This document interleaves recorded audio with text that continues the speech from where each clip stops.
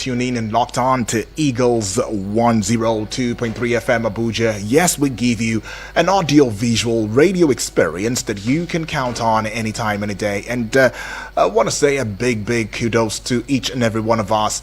I mean, you've survived up until today. Happy Survival Day.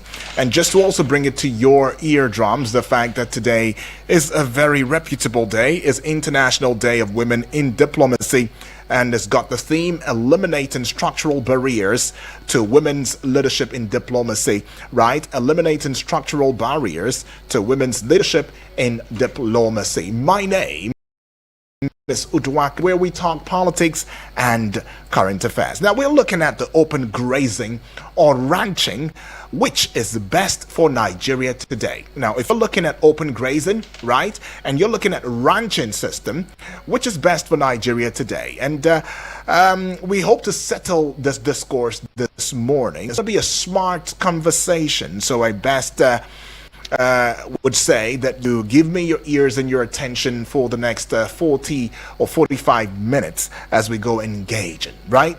And now this topic is revolving around the recent developments of 11 states in Nigeria embracing a federal government plan to establish ranching as a solution to the long-standing violent clashes between the herders and farmers. Now, you should recall that sometime in 2019, right, or thereabouts, 2019, yes, the Oyo State government banned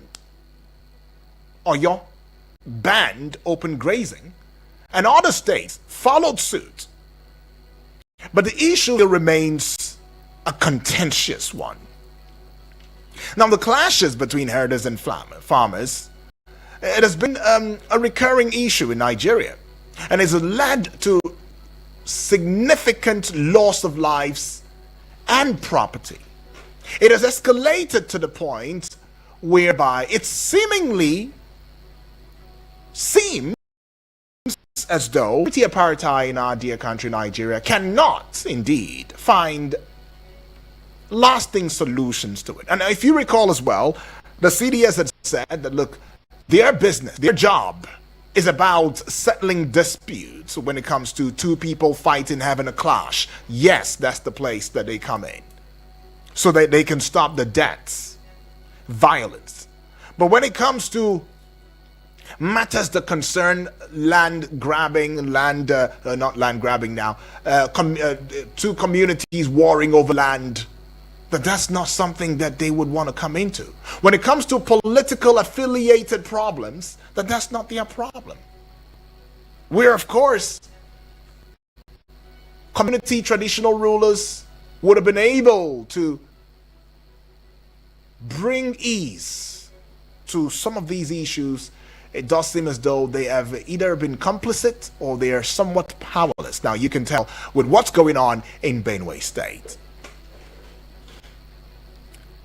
So, 11 states that have agreed to implement ranching as a solution to the clashes between, or the issues between farmers and herders, they are Lagos State.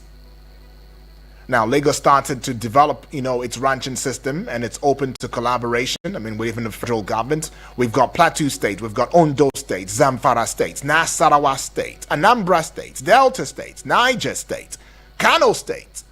Kano State is also part of the initiative. Kano is also willing to implement ranching. Even in Kano, they are willing to implement ranching. Jigawa State, now, the state is part of the 11 states that have agreed to implement ranching. Even Bauchi State is also on board with a ranching plan. Now, it is also worth noting that while some states like Adamawa, Benue have been cautious in this approach, others like Oyo State have already banned, like they banned it, open grazing.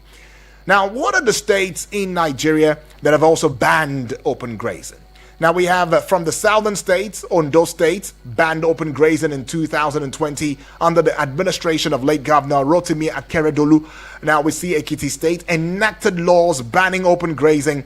Other southern states, mostly southern governors, They've implemented anti-open grazing laws, including Delta, Edo, and Bayelsa states, although Bayelsa's implementation is still very unclear, right? Now, if you bring it to the Middle Belt now, Benue State passed the open grazing prohibition bill in 2017, prescribing a 5-year jail term for herders caught engaging in open grazing. Now, Taraba State also banned open grazing. Plateau State restricted open grazing, banning night grazing and transportation of, cattle after 7 p.m.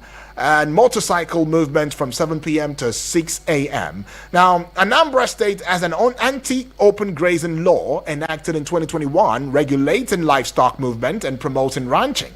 Lagos State banned open grazing with against it, and it's developing a ranching system which they've been developing for the past 3 years now. Oyo State has also passed an open grazing bill in 2019 and is still in force up until now, and violators facing fines and prosecution. Right, so these states have implemented these laws to address the violent clashes or issues and concerns between the farmers and the herders. They hope to promote ranching. They hope to promote and improve community safety, right? But then President Bola Ahmed Tinubu, who attributed recent killings in Benue State to land grabbing and vowed to go after perpetrators. That's what the president said, which of course some people still think is a political statement. Emmanuel Audu, who happens to be the permanent secretary at the Lagos State Ministry of Agriculture and Food Systems, stated that Lagos State has been developing its ranching system and is open to collaboration with the federal government. Governor Abdullahi Sule of Nasarawa State disclosed state has provided 22,000 hectares of land for ranching projects. Now, I'd like for us to meet, Adara is a 35-year-old marketing executive who has been affected by the clashes between the herders and farmers in her community. Now, she believes that ranching could be a viable solution to the problem. Adara's family has also, always been traditional in their approach to next of kin, but she thinks that partners should be considered, in this emergency situation. But that's not. Now, bottom line, the issue that surrounds herders and farmers in Nigeria is a long one. It's a long history. It's dating back to the 1990s. I mean, the issue has been fueled by factors such as land ownership, access to grazing land, cultural differences. I mean, in 2018, to be precise, Nigerian government launched the National Livestock Transformation Plan to promote ranching and reduce clashes between herders and farmers. And then it takes us to the place of the livestock ministry that, of course, Mr. President has put, into place. And if you recall the last time that we mentioned conversations about, the killings in Benue State as well as Plateau, especially Benue State, one of such that Omoife, my colleague, mentioned was, hey, what's the role of livestock, ministry? What is it doing in this regard? I mean, you see it go on cold water, ice cold, not talking, not coming out to make any conversation, surrounding this in terms of solution. The Ministry of Agriculture, too, has been fingered as to what is their role in this entire, issue that we face and all of that. But then again, there are economic factors, that affect, or rather, the clashes between herders and farmers, have significant economic implications. Loss of property is one. I mean, loss of livelihoods is another one. Ranching, indeed, could maybe provide a more sustainable and economically productive solution. Social factors also goes to the issues that are driven by including cultural, differences and mistrust. And ranching, to help could help reduce the tensions and improve, community safety, right? But then again, some questions will be arising in this regard. But I really want you to tell us what you think about this: open grazing or ranching? Which is best to indeed put an end to these issues that border around herders and farmers? Because enough is enough. If you're not tired of it, I'm tired of seeing that on the front page of Nigerian newspapers. And we should also look at some very critical, questions that may arise. But let me introduce you to my guest. He's in the person of Mr. Benedict Olalekon Agunloye. Now, he has a wealth of experience when it comes to information, and of course, he's a policy and public affairs analyst. We'll hear from him in a bit. And remember, this is going to be conversational, so you best want to have your phones in your hand, and the number being 0907-353-0044, and the other number being 090, okay, let's just stick to 0907 353-0044, and basically send your voice message or WhatsApp message to 0909-705-4450. Mr. Benedict, welcome aboard. Good morning to you. Hello? Good morning. Yes, good morning to you, Sir Benedict. Welcome aboard to the discourse this morning. Are you there? Yes, I'm here. Well, yeah. I mean, let's look at this issue already. As it stands, it does seem as though we are looking at a situation that borders around, grazing, the grazing in Nigeria. And quite a number of people have said that, hey, with some states coming aboard and saying that, okay, we have land, we want to, engage in ranching and all of that. And some fears that this whole ranching process is another way of land grabbing and all of that by the herders. What do you think about this entire process? Do you think that we should indeed look into a policy that would allow for, ranches, lands to be given and donated, for ranching in the 36 states of the Federation? Or do you think that there are other solutions that will help us, see this whole farmer-header situation as a thing of the past? Well, I think that as a child in primary school, I know there were government-owned ranches in Ondo State, for instance. At least then, we used to hear names like Okenga Kunakoko. Those were ranches established in the 60s. So it means that the idea of ranching is actually not new to us. But what has become of those ranches is what has become of all other organizations or companies owned by the government. So I think it's a case of public irresponsibility that led to the delay in the growth of ranching. That we needed ranches had been identified when we have the region. The eastern region had ranches around Nsukka. The western region had ranches across the west. So if you are going to put this in that order, it means that the need for ranches had been established long ago and not just a current or recent event. Okay. So to that extent, therefore, I don't think that ranching is about land grabbing. Those who are looking at it from the point of view of land grabbing, I think are those who are also creating the problem. Okay. Ranching is a business. Abattoirs existed in every state. In several states of the nation, there are people who rely on dairy products that are coming from fresh cows.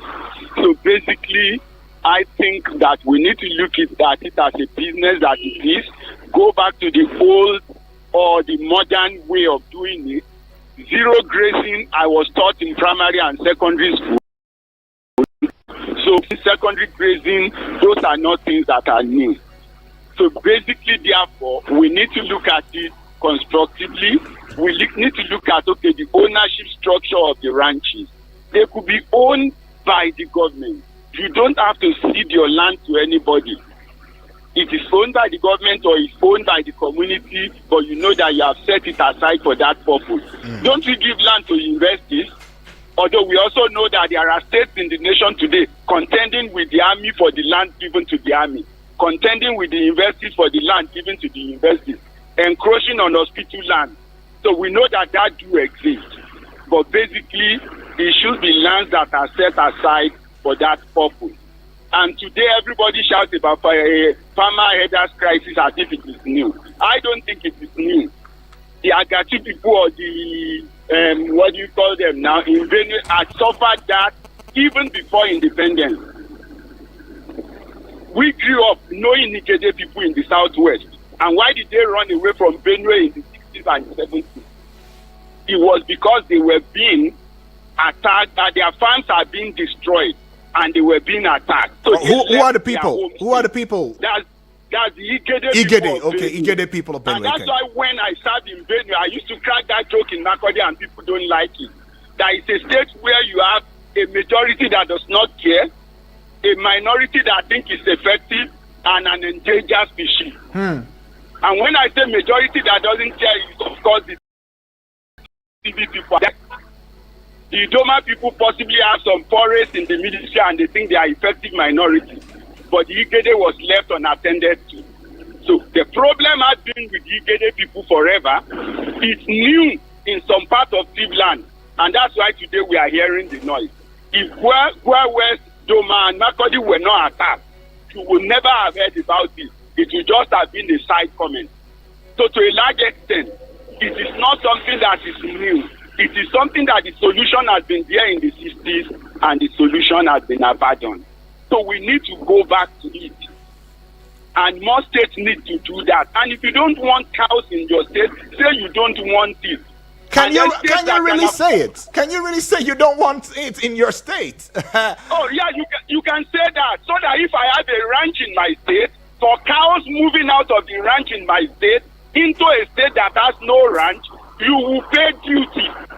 Okay. Or pay some form of royalty. Right. So if you decide between your people buying the item for hire or you finding a way to control it. It is something that is controllable. I think that anybody that is still holding on to open grazing is also an idiot. Why? Because you cannot properly raise the cow in the modern environment. The world of the 50s and the 60s is different from the world of now.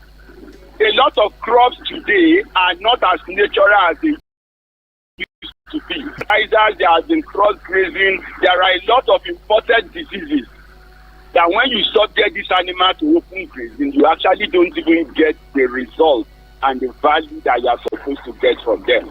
So I think that it is stupid for anybody to want to hold on to an archaic practice. Right.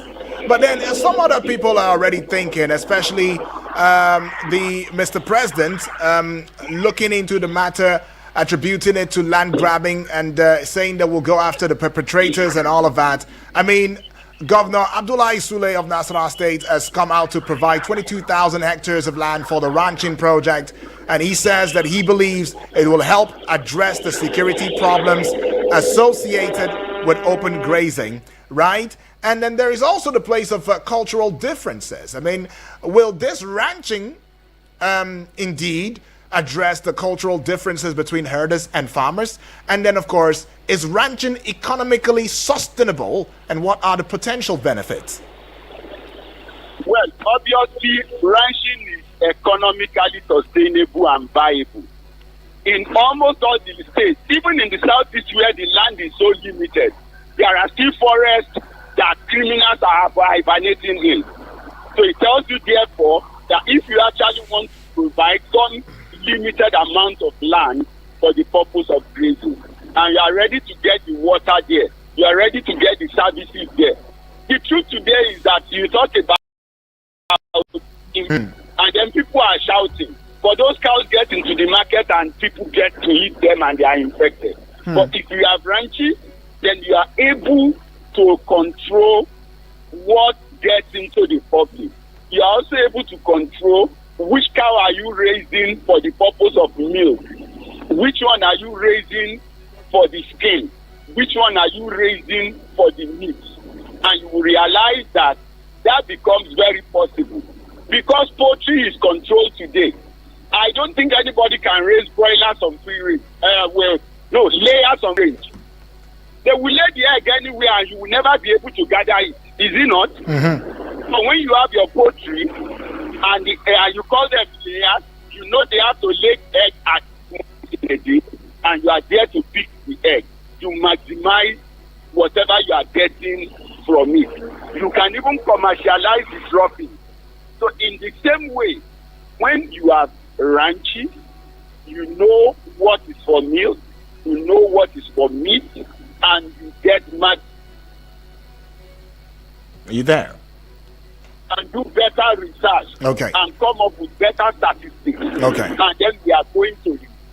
So there is a lot of landmass, and like I would always say, Nigeria is one of the most well-trained nations in the world. Virtually every state has a river, one or two. Yes, some have seasonal variation of body, but the fact that there is a river there tells you that there is a spring somewhere and water under the ground. So it means that you can provide water in those environments where you are establishing a ranching. So all right. It's not just allocate land by mouth and abandon it.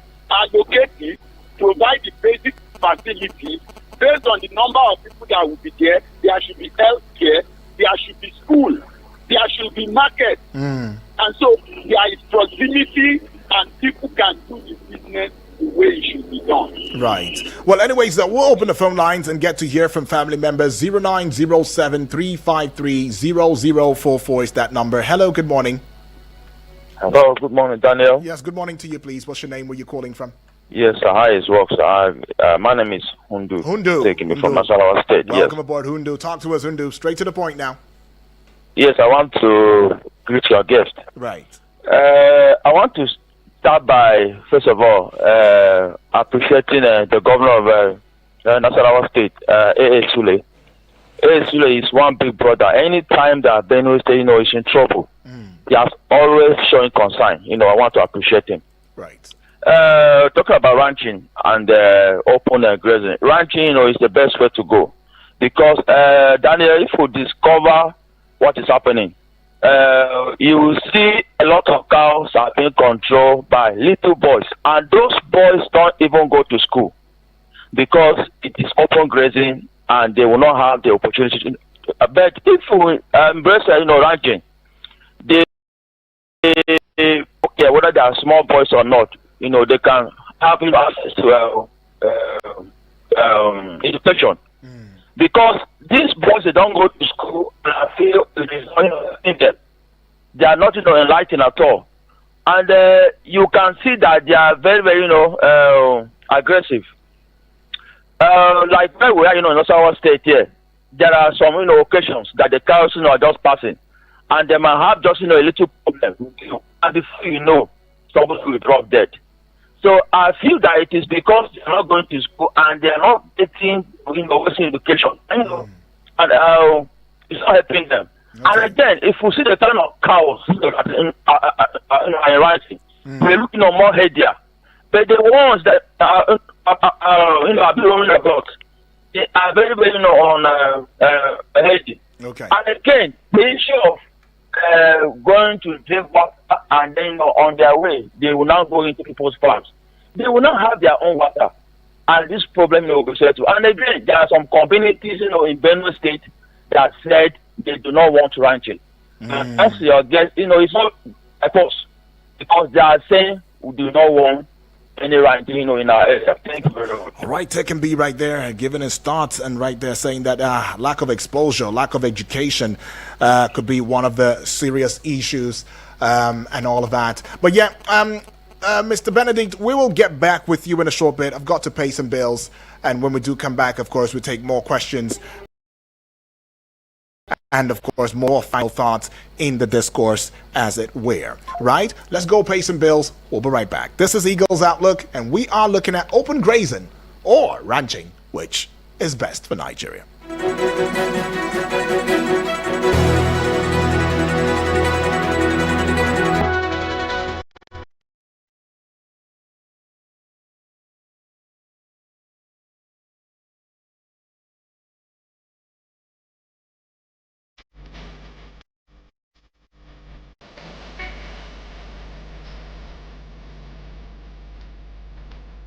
All right, yes, so we're still on with the Eagles Outlook, where we talk politics and current affairs right there. And our guest, Mr. Benedicto Laleko Agunloye, who's an information professional, a policy expert, has also added his voice in the discourse. In fact, apparently, he is choosing the need for ranching, and he has also made it clear that with ranching we can find economic stability. We can also have societal stability in that process, and of course we can have some sort of revenue. In fact, it could be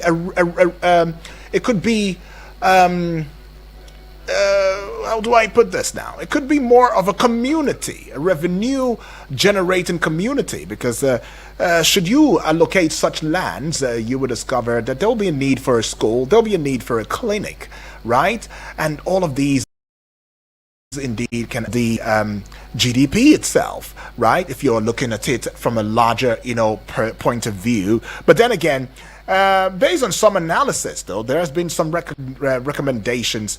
Some have said that there's a need to develop a national policy on ranching, and this national policy would indeed focus on a framework for implementation. Now, you and I should also come to the realization that many a time, we would have great ideas.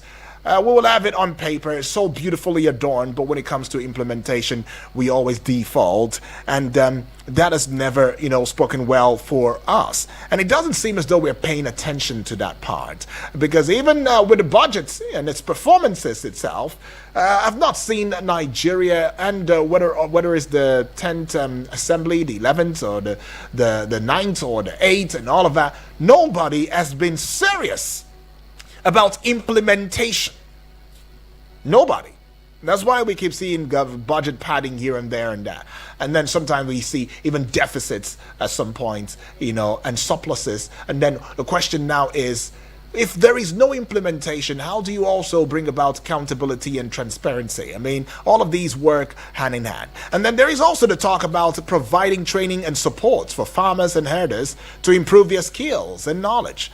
Do we have skill acquisition in this regard? Do we have skill programs that allow for the farmers and the herders to indeed add the knowledge to what they do and all? Improving infrastructure is another one. I mean, we cannot keep or stop talking about it, such as road, when we talk of storage facilities, supports ranching industry and all of that. And this might be the place where the Ministry of Livestock should come aboard and let us know what it is that we can do in this regard. There is also a need to promote sustainable practices, including the use of environmentally friendly methods and the protection of natural resources. And finally, of course, is the private sector encouraged, to engage with the ranching industry already? Is the private sector aboard with this to improve efficiency, and productivity? Is the private sector, involved? That will be some of the questions that, should be looked into. But then again, there are expectations Nigerians are having. And then I'm putting a question out to you right now. I mean, some states have banned open grazing. Some states are embracing, I think 11 states are embracing ranching. But what is the way forward? And what would be your reservation about the embrace of ranching, right? Do you think that there is something else that we need to look into that we're not looking into just yet? And if we do not pay attention to it, it might probably take us back to square one, where we started off in the first place. You can put that call through and let us know your thoughts. 0953-0044 is that number to call. The other number is 0908-766-8888, and the WhatsApp portal number is 0909-705-4450. Open grazing or ranching, or a total ban? Is that what you're asking for? Hello, good morning. Good morning, Good morning to you. Honorable Edwards from Apple. Yeah. Talk to us. Okay. I am on traffic, but this topic is very important. I want to contribute a little. Right. I see no reason why you cannot ban, Mr. President cannot take that decision and ban open grazing. If you go on research, you discover that how many countries are practicing this. Because as a farmer, there's no way a farmer and these people, there's no way they can work together. And the disadvantage is what? Even the cows, when you are taking them from one place to another, they will not give it back. The meat is also strong. And if we can pass it and go back to ranching, I am sure there will be a lot, just like our guest said, there will be a lot of opportunities, there will be a lot of employment. Because if food, they have to look for you, and that will create more employment. And their children will also go to school. Okay, what about security? Imagine you are driving and this will run into you, or you run into them. It's another death. It's not just attacking people at the farm. If their own security is not secure, go into bush. They can be easily attacked by animals, dangerous animals. So, governance, the National Assembly, the bill has been the National Assembly, but I don't know why that bill cannot be passed. Maybe the people that own these cows maybe they're members of the National Assembly. I don't know. Thank you and God bless you. Well, Honorable Edwards, thanks for that one. Now I see you, Turkenby, again, giving an addendum to his message earlier, sending regards to the guest, says ranching is the only way to go. It will put an end to cow rustling and will ensure healthy cows. Taking cows into people's homes and farms causing deaths of people will end. And the little boys taking the cows around will go back to school. Turkenby all the way from Nasrallah saying that now. Let's see, is there a message right here? Okay. I'm looking at it very quickly. Let's see. Okay.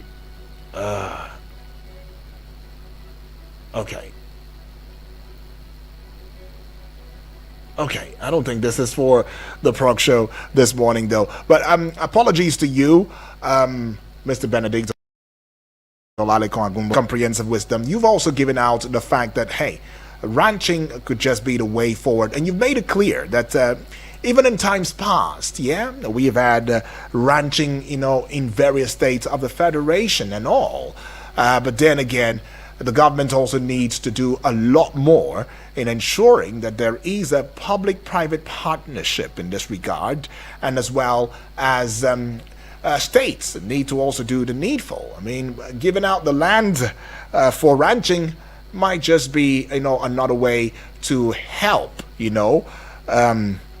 reduce the tension in this very regard. But one person is asking a question and saying, which lands are there to give for, ranching and all of that? Yeah, but Mr. Agulay has made it clear that, look, even in places like this southeast, eastern parts of the country, where they say, oh, there are no lands and all of that, there's still forest, and that even criminals inhabit these forests.